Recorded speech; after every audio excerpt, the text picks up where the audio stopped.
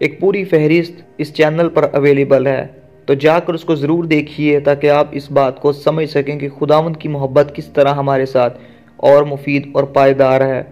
بہرحال ان تمام حوالہ جات میں خدا کے قہر کا ذکر ہے کہ اس نے کس طرح سے ان جماعت کے پہاڑوں پر اور اپنے آپ کو خدا تعالیٰ کی مانند بنانے کی کوشش کی، جس کی وجہ سے مکاشفہ 12ویں باب میں لکھا ہے کہ آسمان پر جنگ ہوتی ہے، میکائیل مقرب فرشتہ اور اس کے فرشتے ابلیس یعنی لوسیفر کے فرشتہ سے لڑنے کے لیے نکلتے ہیں اور اس پر غالب آتے ہیں۔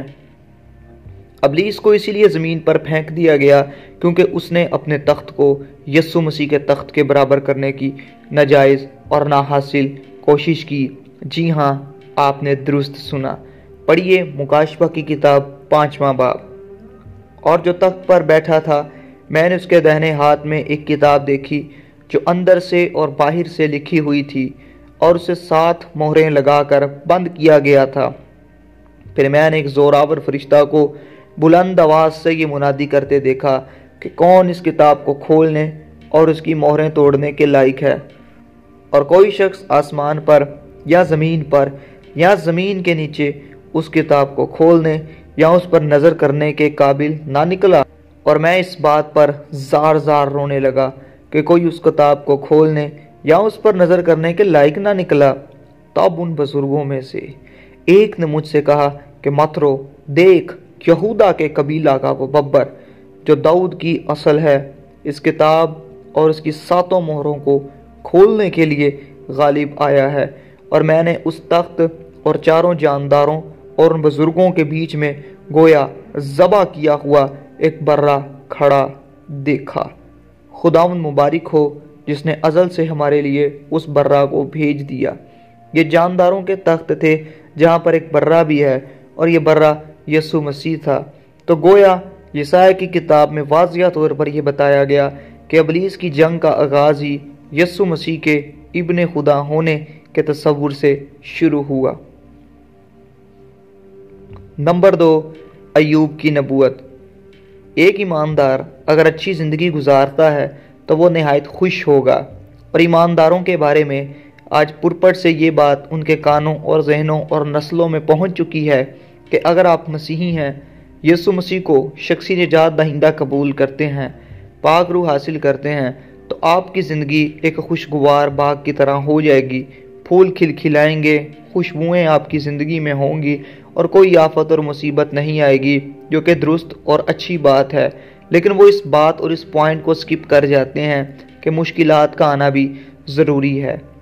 ایوب جو کہ ایک نہایت ایماندار آدمی ہے، بے عیب ہے، راست باز ہے، لیکن اس پر مصیبت آئی اور وہ اپنی اس مصیبت میں ثابت قدم رہا۔ اور لکھا ہے جب اس کے سارے مال مویشی، اس کے نوکر، حتیٰ کہ اس کی بیوی بھی اس کو چھوڑ جانے کو رہی، اور اس کی ساری اولاد جو کہ اس کی وراثت تھی اس سے دور ہو گئی، جن کو ابلیس نے مار ڈالا، تب بھی اس نے اپنا پیراہن چاک کر کے کہا، میں برہنہ اپنی ماں کے پیٹ سے نکلا اور برہنہ ہی واپس جاؤں گا۔ خداوند نے دیا اور خداوند نے لے لیا، اور خداوند کا نام مبارک ہو۔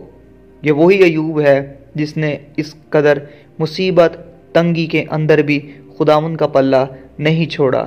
پھر ابلیس نے دوبارہ آ کر اس کے بدن کو نقصان پہنچایا، اور یہاں پر ہمارے لیے خوشخبری یہی ہے کہ اگر آپ اس ویڈیو کو دیکھتے ہوئے کسی جسمانی، ذہنی، پیسے کی، معاشری یا کسی بھی مزوری یا بیماری میں مبتلا ہیں تو مبارک ہو۔ ایوب کی بیوی نے بھی بیماری میں اسے یہی کہا کہ دیکھ تیرا خدا جس کی تو بندگی کرتا ہے تجھے نہیں بچایا، اس خدا کی تکفیر کر اور مر جا۔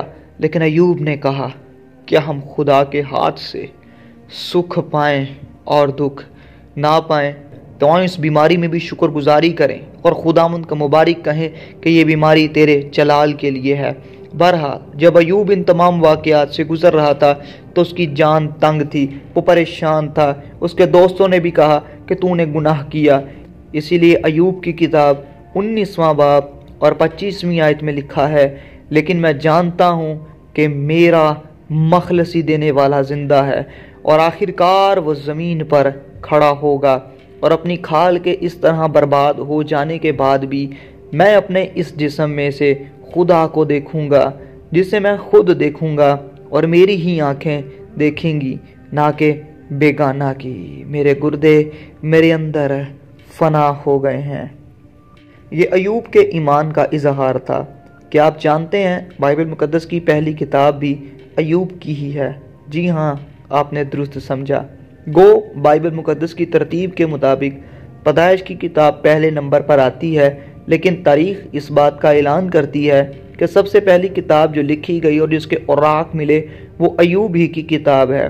تو گویا جب نبی نہیں، موسیٰ نہیں، ایلیا نہیں یا دوسرے نبی نہیں آئے اور نہ ہی شریعت دی گئی جس کی وجہ سے ایوب ان باتوں کو سمجھتا، لیکن پھر بھی پاک روح کی رہنمائی کے اندر رہتے ہوئے اس نے کہا میرا مخلصی دینے والا زندہ ہے۔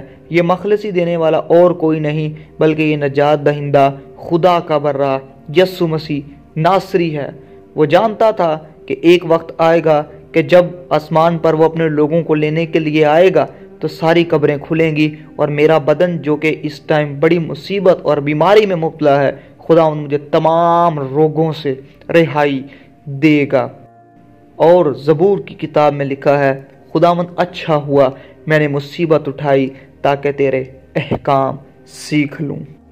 نمبر 3، مسیحیوں کے لیے تو بہت زیادہ آسان ہے کہ یسوع مسیح ابن خدا ہے، لیکن کسی غیر قوم کے آدمی کو منانا اتنا ہی مشکل ہے۔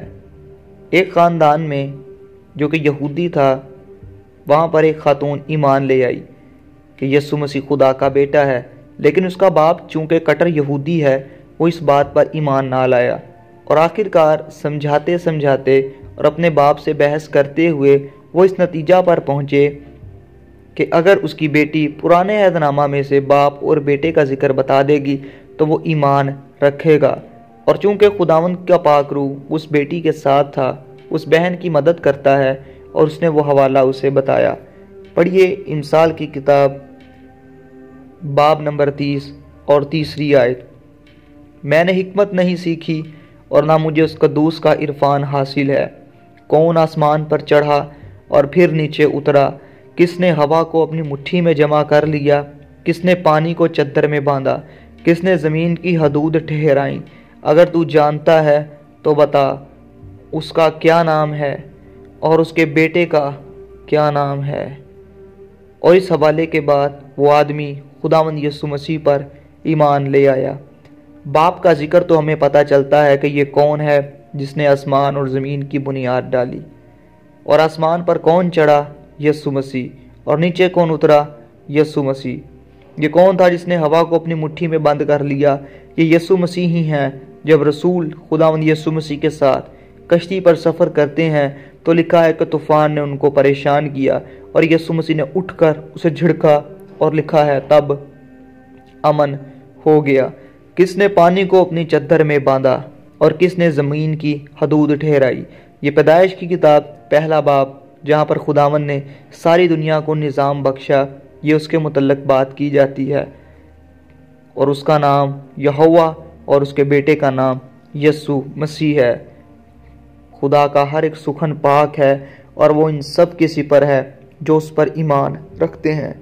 اس ویڈیو کو بنانے کا مقصد یہی ہے کلیسیا، تاکہ سامعین اس بات پر ایمان رکھیں اور سمجھیں کہ ہم کوئی عام لوگ نہیں بلکہ ہم خاص اور خداوند کے خون خریدے ہیں، لیکن ہم پر تب برکات نازل ہوں گی جب ہم اپنے بیابانی سفر کو عبور کریں گے۔